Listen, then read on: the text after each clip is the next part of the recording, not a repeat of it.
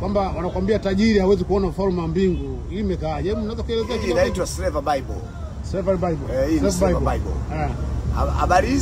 Habari hizi kama umeshatengeneza Bible.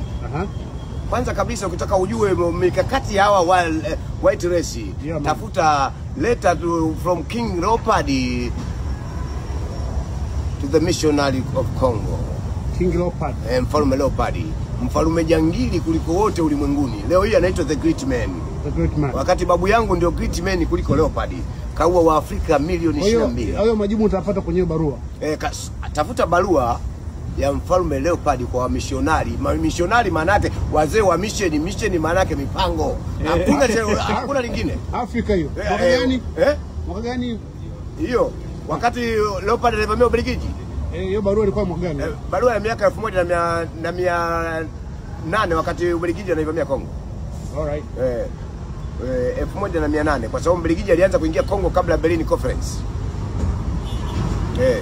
Maana Bismarck aliitisha mkutano wa mwaka 1880 ngapi? 83 84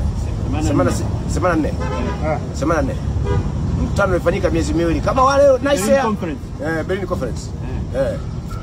Kama ule Nicaea wewe basi unajua Berlin Conference